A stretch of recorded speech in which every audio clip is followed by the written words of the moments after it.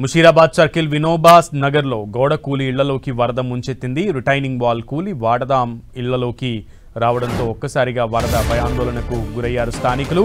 హాహాకారాలు చేస్తూ తమను రక్షించాలంటూ కేకలు వేశారు. ఒక్కసారిగా రిటైనింగ్ వాల్ కూలిపోవడంతో స్థానిక యువకుడు దినేష్ అనే వ్యక్తి టూ వీలర్తో పాటు కొట్టుకుపోయాడు.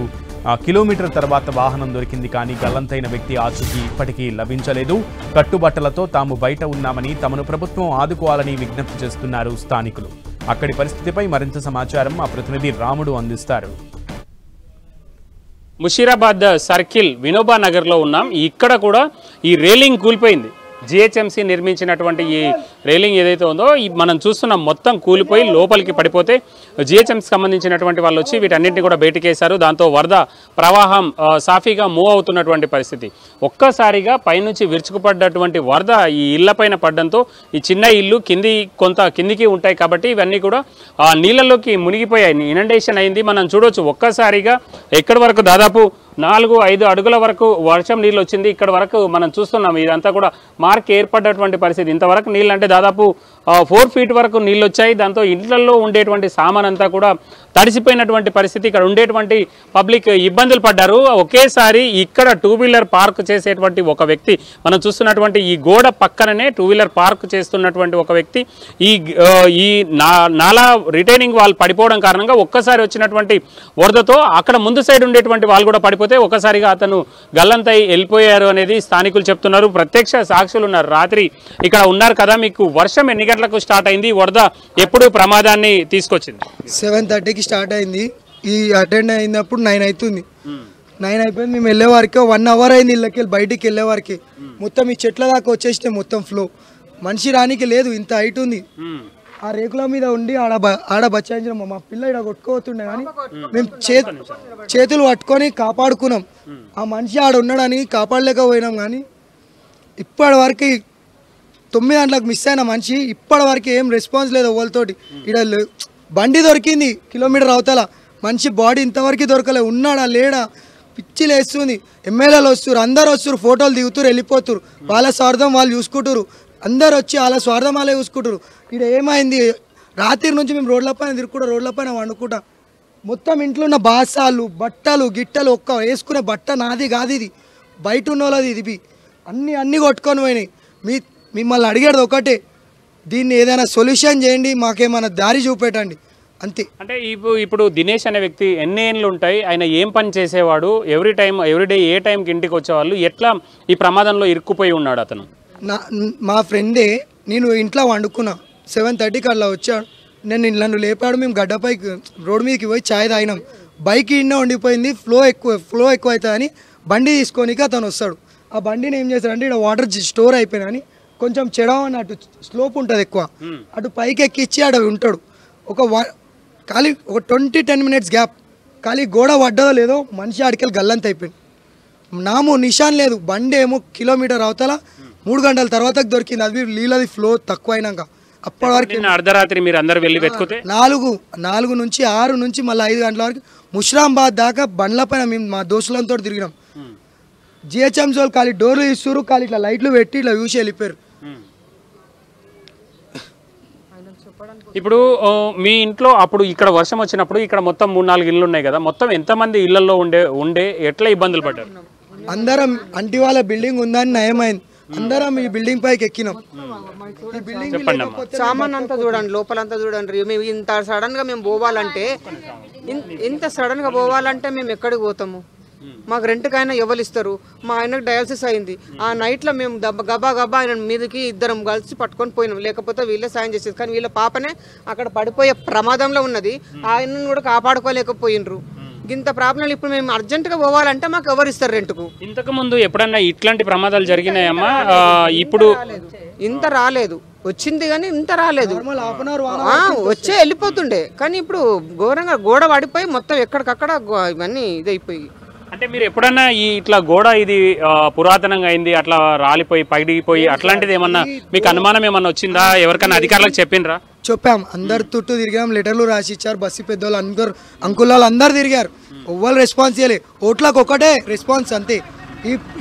ఈ గోడ వేసి నేను 10 years ఉండే, 10 years ఉన్నప్పుడు ఈ గోడ వేసిరు అంతవరకు. తర్వాత మోరి సాఫ్ చేయడానికి రాలే. ముందు ఇది చిన్నగా ఉంటుండే, పెద్ద చేసినాక మోరి సాఫ్ చేయడానికి ఒక మనిషి రాలే. అది అట్లనే ఆ మట్టి ఆ చెత్త ఒక్కసారి మీరు ఆ మోర్లకు చూస్తే మీకు చెత్త తెలుస్తుంది.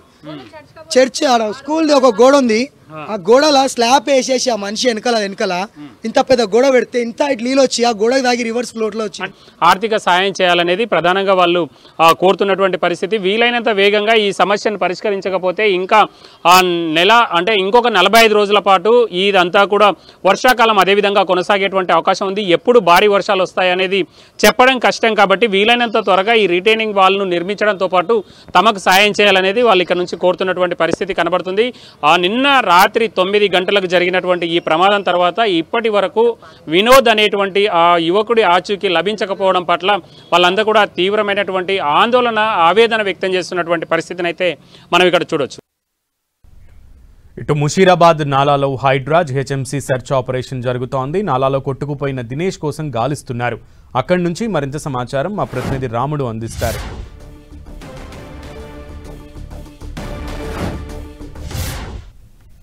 హైదరాబాద్ నగరంలో భారీ వర్షాలకు అనేక ప్రాంతాల్లో పబ్లిక్ ఇబ్బంది పడ్డారు. నిన్న రాత్రి వర్షం కారణంగా ముషీరాబాద్ సర్కిల్ పార్సిగుట్ట ప్రాంతంలో ఒక వ్యక్తి నాలాలో కొట్టుకుపోయినటువంటి పరిస్థితి ఉంది. ఆ వ్యక్తిని ఆచూకీ ఇప్పటి వరకు కూడా లభించలేదు. దాంతో డిఆర్ఎఫ్కు సంబంధించినటువంటి సిబ్బంది వాళ్ళంతా కూడా తిరుగుతూ నాలా అంతా కూడా చూస్తున్నారు. మనం ఇప్పుడు నాగమయ్య కుంట వద్ద ఉన్నాం.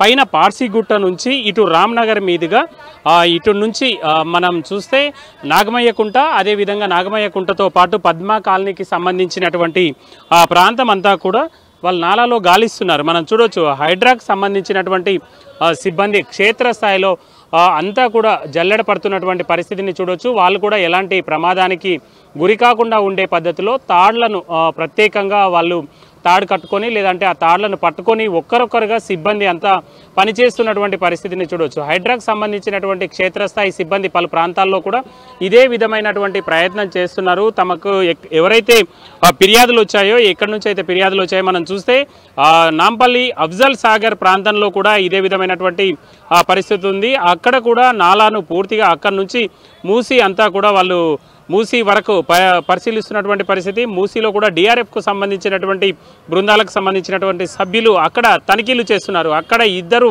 వ్యక్తులు గల్లంతు కాగా ఇటు ముషీరాబాద్ సర్కిల్, రామ్నగర్, పార్సిగుట్ట ప్రాంతంలో ఒక వ్యక్తి గల్లంతు కావడం జరిగింది. ఈ నాలా చాలా ఉధృతంగా ప్రవహిస్తుంది. నాగమయ్య కుంట ప్రాంతంలో మనం ఇప్పుడున్నాం. ఈ నాలా హైట్ కూడా చూడొచ్చు మనం. ఒక్కొక్కసారి ఉధృతమైనటువంటి వర్షాలు, ఉధృతంగా వరదలు వచ్చినప్పుడు చాలా ఎక్కువగా దాదాపు 8-10 ఫీట్ల వరకు కూడా ఈ నాలా ప్రవాహం ఉంటుంది. దానివల్ల తీవ్రంగా వేగంగా కొట్టుకుపోయేటువంటి అవకాశం ఉంది. నాలాలు ఎవరైనా పడితే చాలా వేగంగా కొట్టుకుపోయేటువంటి అవకాశం ఉంటుంది. కాబట్టి తగు జాగ్రత్తలు తీసుకోవాలని అధికారులు చెప్తుంటారు. మనం ఇప్పుడు చూస్తున్నాం వాళ్ళందరూ కూడా 4 సిబ్బంది పూర్తిగా అణువణువు వాళ్ళు చెక్ చేసుకుంటూ నాలాలో చాలా జాగ్రత్తగా ముందుకు పోతున్నటువంటి పరిస్థితిని చూడవచ్చు. ఈ విధంగా ఒక పాయింట్ నుంచి ఇంకొక పాయింట్ వరకు అవసరమైనటువంటి జాగ్రత్తలు హైడ్రాకు సంబంధించినటువంటి సిబ్బంది దానిని పరిశీలిస్తూ నేరుగా వెళ్తున్నటువంటి పరిస్థితిని చూడవచ్చు. ఇక్కడ నాగమయ్య కుంట వరకు, రామ్నగర్ నుంచి నాగమయ్య కుంట వరకు ఒక టీం అంతా కూడా సర్చ్ ఆపరేషన్ మొదలుపెట్టింది. వాళ్ళు అణువణువు కూడా గాలిస్తున్నారు. ఎక్కడెక్కడ ఏదైనా అనుమానంగా భావించినా, ఏదైనా బట్టలు తట్టుకున్నట్టు ఉన్నా కూడా వాళ్ళు పరిశీలిస్తున్నటువంటి పరిస్థితి. ప్రధానంగా హైడ్రాకు సంబంధించినటువంటి సిబ్బంది అక్కడక్కడ ఆ విధంగా లోపలికి నిచ్చెన వేసుకుంటూ వాటిలోకి దిగి ఆ తర్వాత ముందుకు ఒక 400-300 మీటర్లు వెళ్ళిపోయిన తర్వాత మళ్ళీ ఏమైనా ప్రాబ్లం ఉంటే పైకి రావడం, అదేవిధంగా తనిఖీ చేయడం చూస్తున్నాం మనం. ఇంకా అదేవిధంగా వాళ్ళంతా కూడా తనిఖీ చేస్తున్నారు. పాయింట్ నుంచి ఎక్కడైతే నాలాలో పడ్డాడో అక్కడి నుంచి కూడా మూసీ వరకు సర్చ్ ఆపరేషన్ను మొదలుపెట్టింది హైడ్రా. ఎక్కడికక్కడ తమకు ఉండేటువంటి ఆయా ప్రాంతాల్లో ఉండేటువంటి టీములను అన్నింటినీ కూడా రంగంలోకి దింపారు. అయితే ప్రధానంగా నాలాల సేఫ్టీ లేకపోవడం అనేది ఒకటి ప్రధానంగా చూడొచ్చు. నాలా మ్యాన్హోల్ సేఫ్టీ సక్రమంగా ఉంటే ఈ విధమైనటువంటి ఇబ్బందులు వచ్చేటి కాదు. అక్కడ ఉండేటువంటి పబ్లిక్ అందులో పడిపోయేంత వరకు పడిపోకుండా ఉండాల్సినటువంటి జాగ్రత్తలు తీసుకోవడంలో జిహెచ్ఎంసీ కానీ అదేవిధంగా హైడ్రాకు సంబంధించినటువంటి విభాగాలు కానీ కొంత విఫలమైనటువంటి పరిస్థితి ఉంది. ఆ విఫలమైనటువంటి నేపథ్యంలోనే ఈ విధమైనటువంటి కష్టాలు వచ్చాయి. ప్రధానంగా సిటీలో ఉండేటువంటి ప్రధానమైనటువంటి నాలాల వద్ద ఉధృతంగా నాలా పారుతూ ఉంటుంది. ఆ ప్రాంతం కూడా ఎవరైనా మ్యాన్హోల్ ద్వారా కానీ అదేవిధంగా నాలాకు రిటైనింగ్ వాల్ లేకపోయినా, అక్కడ ప్రత్యేకంగా జాలి లేకపోయినా అందులో పడ్డారంటే చాలు వాళ్ళు గల్లంత అవుతున్నటువంటి పరిస్థితి, వాళ్ళని రక్షించడానికి కూడా వీల్లేనటువంటి పరిస్థితి, కళ్ళ ముందలనే వాళ్ళు కొట్టుకుపోతున్నటువంటి పరిస్థితి అనేక సందర్భాల్లో మనం చూస్తుంటాం. హైదరాబాద్ నగరంలో 10-12 సెంటీమీటర్ల భారీ వర్షం వచ్చిందంటే చాలు ఆ నగరంలోని పబ్లిక్ ప్రాణాలు అరిచేతిలో పెట్టుకొని మూవాల్సినటువంటి పరిస్థితి. ఎక్కడో ఒక దగ్గర ఎవరో ఒకరు ఈ విధంగా గల్లంతు కావడం, చనిపోవడం, నాలాల్లో పడి చనిపోవడం, లేదంటే సెల్లాల్లోకి భారీగా నీళ్ళు వచ్చి చనిపోవడం, ఈ విధమైనటువంటి పరిస్థితులు వస్తున్నాయి. కాబట్టి జిహెచ్ఎంసీ అదేవిధంగా హైడ్రాకు సంబంధించినటువంటి సిబ్బంది ఈ అధికారులు ఈ అంశంపైన స్పెషల్ ఫోకస్ పెట్టాలి. నాలా అదేవిధంగా ఆ మ్యాన్ హోల్ సేఫ్టీ పైన ప్రత్యేక దృష్టి పెట్టాలి. అంతేకాకుండా నగరవాసులు కూడా కొంత ఈ అంశాలపైన అంటే భారీ వర్షాలు వచ్చినప్పుడు కొంత జాగ్రత్తగా వ్యవహరించాల్సినటువంటి అవసరం ఎంతైనా ఉందనేది ఇప్పుడు ఈ పరిస్థితిలో ఇటు నాంపల్లి అఫ్జల్ సాగర్ అదేవిధంగా ముషీరాబాద్ పార్షిగుట్ట 2 ఘటనలు కూడా మనకు తెలియజేస్తున్నాయి. కెమెరా పర్సన్ డి రాజ్తో రాముడు 10 టీవీ హైదరాబాద్.